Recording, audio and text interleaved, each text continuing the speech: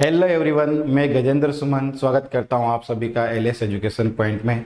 आज की ये वीडियो बहुत ही महत्वपूर्ण होने वाली है क्योंकि आज की इस वीडियो में हम बात करेंगे विद्युत द्विध्रुव के कारण विद्युत विभव के बारे में, जो कि परीक्षा की दृष्टि से बहुत ही महत्वपूर्ण होता है। तो आइए चलिए इसको अच्छे से समझते हैं।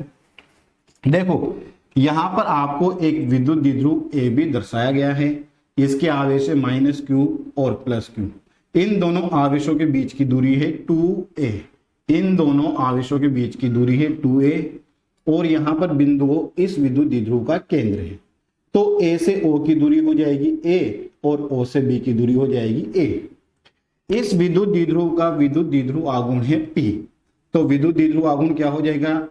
आवेश का परिमाण Q और दोनों आवेशों के बीच की दूरी 2a, इनका गुणनफल हो जाएगा। और विद्युत द्विध्रुव आघूर्ण की डायरेक्शन किधर होती है? -q से +q की ओर। तो यहां पर जो P वेक्टर की डायरेक्शन होगी ये A से B की ओर होगी। किधर से किधर होगी? A से B की ओर। इस विद्युत द्विध्रुव के केंद्र से स्मॉल r दूरी पर एक बिंदु लिया P, जो कि अक्ष से कितने कोण पर है? थीटा कोण पर है। इस बिंदु P पर विद्युत विभव का मान ज्ञात करना है। माना -q आवेश की बिंदु P से दूरी है r1, +q आवेश की बिंदु P से दूरी है r2। अब हम क्या करेंगे? इस -q आवेश के कारण बिंदु P पर विभव ज्ञात करेंगे, +q आवेश के कारण बिंदु P पर विभव ज्ञात करेंगे। इन दोनों विभवों को जोड़ देंगे और सोल्व करेंगे तो अपना आंसर आ जाएगा। ओके, तो चलिए इसको अच्छे से समझते हैं। देखो, बिंदु आवेश के कारण विद्युत विभव होता है kq/r। बिंदु आवेश के कारण विद्युत विभव क्या होता है? kq/r। तो -q आवेश के कारण बिंदु P पर विद्युत विभव कितना हो जाएगा? माना ये है V1, तो ये होगा -kq/r1। अब देखो, -q आवेश के कारण विद्युत विभव कैसा होगा? माइनस का, और +q आवेश के कारण विद्युत विभव कैसा होगा? प्लस का। तो यहां पर देखो क्या करेंगे? q की जगह रखेंगे -q में क्या आ जाएगा? r1। -q बाहर आ गया तो V1 की वैल्यू है -kq/r1। इसको नाम दिया समीकरण A। ओके, अब +q आवेश के कारण बिंदु P पर विद्युत विभव का मान माना कितना है? V2। तो ये हो जाएगा अपने पास kq/r2। ये है समीकरण 2। तो बिंदु P पर कुल विभव कितना होगा? V1 + V2 के बराबर होगा। V1 की वैल्यू है अपने पास -kq/r1 प्लस V2 की वैल्यू है अपने पास kq/r2। ओके, तो यहां से देखो kq को कॉमन ले लिया, यहां से भी kq को कॉमन ले लिया, यहां से भी kq को कॉमन ले लिया। तो यहां तो बचा 1/r2 प्लस का, और यहां बचा माइनस का 1/r1। ओके, अब हम क्या करते हैं? इन दोनों का एलसीएम लेते हैं। तो Vp बराबर, देखो इन दोनों का एलसीएम आएगा अपने पास r1 r2। ओके, kq तो बाहर चल ही रहा है।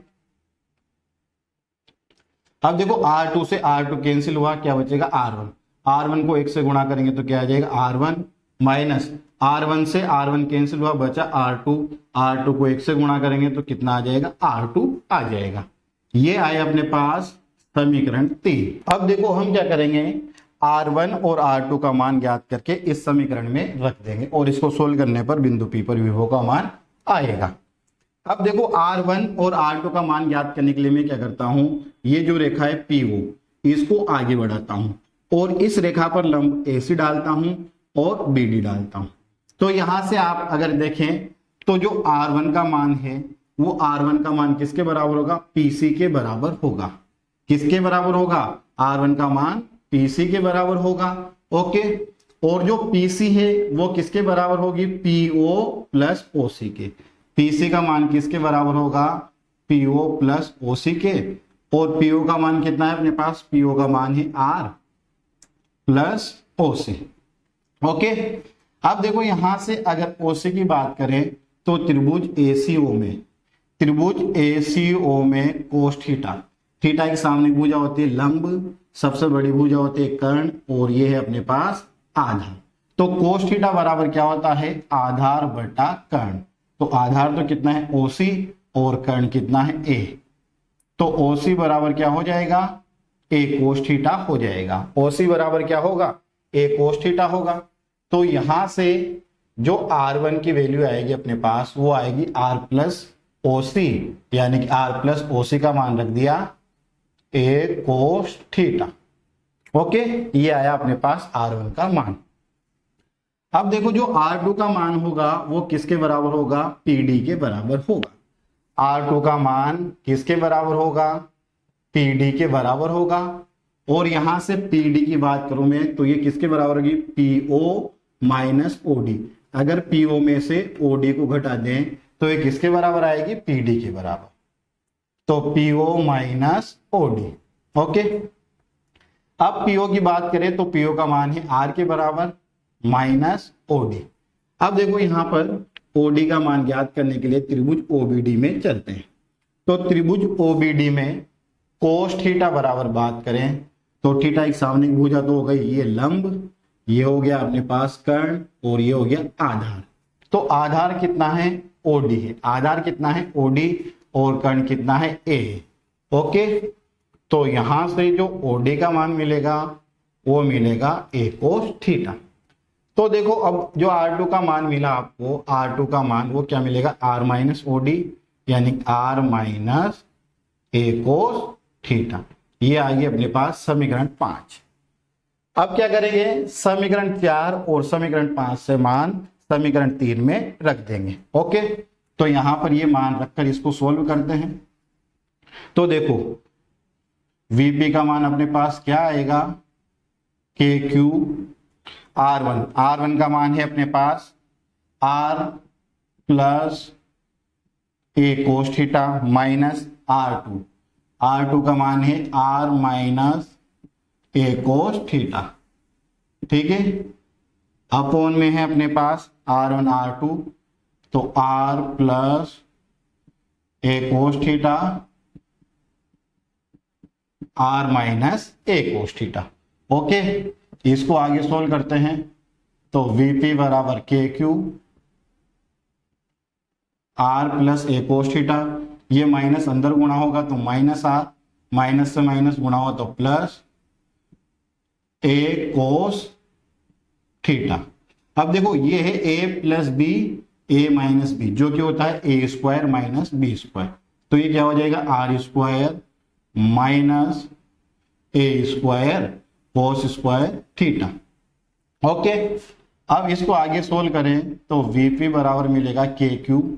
देखो यहां R से R cancel, A cos theta A cos theta 2A cos theta. अब इसको लिखे अपॉन में R square minus A square cos square theta. Okay, अब देखो इसको आगे सोल्व करते हैं तो इसको लिखा मैंने यहां पर VP equal to K Q 2A Q के साथ मिला दिया cos theta upon R square minus A square cos square theta. अब देखो यहां पर Q इंटू 2A, इसका विद्युत द्विध्रुव आघूर्ण होगा तो यहां पर लिखा है इसको Q इंटू 2A को P cos theta upon R square minus A square cos square theta. ये आया अपने पास समीकरण 6। अब देखो यहां से VP का मान क्या आया, KP Q इंटू 2A को क्या लिखा, P cos theta upon R square minus A square cos square theta. हम जानते हैं कि विद्युत द्विध्रुव के दोनों आवेशों के बीच की दूरी बहुत ही कम होती है। विद्युत द्विध्रुव के दोनों आवेशों के बीच की दूरी बहुत ही कम होती है। तो यहां पर जो R स्क्वायर की वैल्यू होगी वो A square cos square theta से बहुत ही ज्यादा होगी। तो यहां पर हम R square minus A square cos square theta को लगभग किसके बराबर लिख सकते हैं, R स्क्वायर के बराबर लिख सकते हैं। तो यहां से जो VP का मान आया, VP का मान आएगा KP कोस थीटा और इसको क्या लिखा, R स्क्वायर। तो विद्युत द्विध्रुव के कारण किसी बिंदु R कोमा थीटा पर विद्युत विभव का मान कितना होता है, KP कोस थीटा अपॉन R स्क्वायर होता है। ओके, विद्युत द्विध्रुव के कारण किसी बिंदु R कोमा थीटा पर विद्युत विभव का मान कितना होगा, KP कोस थीटा अपॉन R स्क्वायर होगा। अब देखो इसको सदिश रूप में लिखें तो इसको सदिश रूप में किस प्रकार से लिखेंगे, K P vector dot R के अपॉन R स्क्वायर, या इसको लिखेंगे K P vector dot R vector upon R cube. अब देखो ऐसा क्यों क्यों लिख पा रहे हैं हम, यहां से देखें, अगर बात करें P डॉट आर कैप की तो A डॉट बी किसके बराबर होता है, ए बी कोस थीटा के बराबर होता है। तो P vector dot are cap किसके बराबर होगा, P वेक्टर का परिमाण P, आर कैप का परिमाण A, और P वेक्टर और आर कैप के बीच का कोण कितना है, थीटा। तो यहां पर आ जाएगा कोस थीटा। तो ये जो बनेगा आपका, ये क्या बनेगा, P कोस थीटा। तो P vector dot are cap क्या बन जाएगा, P कोस थीटा बन जाएगा। ओके, अब देखो यहां पर एकांक सदिश होता है सदिश बट्टा सदिश का परिमाण। तो आर कैप को आप क्या लिखेंगे, आर वेक्टर अपॉन आर लिखेंगे।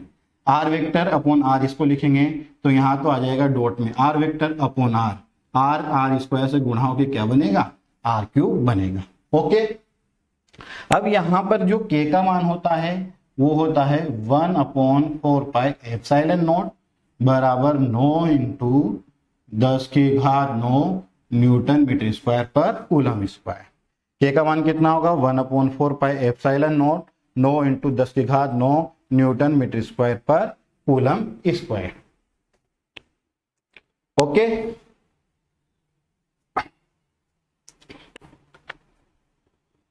अब देखो इसके बाद बात करें विद्युत द्विध्रुव के अक्ष पर विभव। अगर ये बिंदु P इस विद्युत द्विध्रुव के अक्ष पर आ जाता है तो इस केस में थीटा बराबर कितना हो जाएगा, 0 डिग्री हो जाएगा। तो यहां पर जो V अक्ष का मान होगा वो कितना होगा, K P cos theta, theta की जगह कितना 0 डिग्री अपॉन आर स्क्वायर। तो के पी कोस 0 का मान कितना होता है, 1/r स्क्वायर।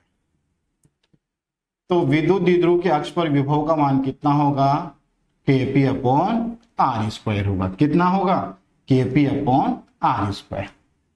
अब निरक्ष पर बात करें तो देखो विद्युत द्विध्रुव के अक्ष के लंबवत केंद्र से गुजरने वाली रेखा कहलाती है निरक्ष। अगर ये बिंदु P इसके निरक्ष पर आ जाता है तो यहाँ पर थीटा का मान कितना हो जाएगा, 90 हो जाएगा। तो V निरक्ष बराबर कितना होगा, K P cos 90 upon R square, और जो कोस 90 की वैल्यू होती है वो होती है 0। तो विद्युत द्विध्रुव के निरक्ष पर विद्युत विभव का मान कितना होगा, 0 होगा। विद्युत द्विध्रुव के निरक्ष पर विद्युत विभव का मान कितना होगा, 0 होगा। देखो अब यहां से समझे हम, विद्युत द्विध्रुव के निरक्ष पर विद्युत विभव का मान 0 है, परंतु विद्युत द्विध्रुव के निरक्ष पर विद्युत क्षेत्र की तीव्रता का मान 0 नहीं होता। और विद्युत विभव के निरक्ष पर विद्युत क्षेत्र की तीव्रता का मान कितना होता है, ई निरक्ष इक्वल टू के पी अपॉन आर क्यूब। तो क्या ऐसा संभव है कि किसी बिंदु पर विद्युत विभव तो 0 हो परंतु विद्युत क्षेत्र की तीव्रता 0 नहीं हो? तो हाँ, ऐसा संभव है। विद्युत द्विध्रुव के अक्ष पर विभव तो 0 होता है परंतु विद्युत क्षेत्र की तीव्रता 0 नहीं होती।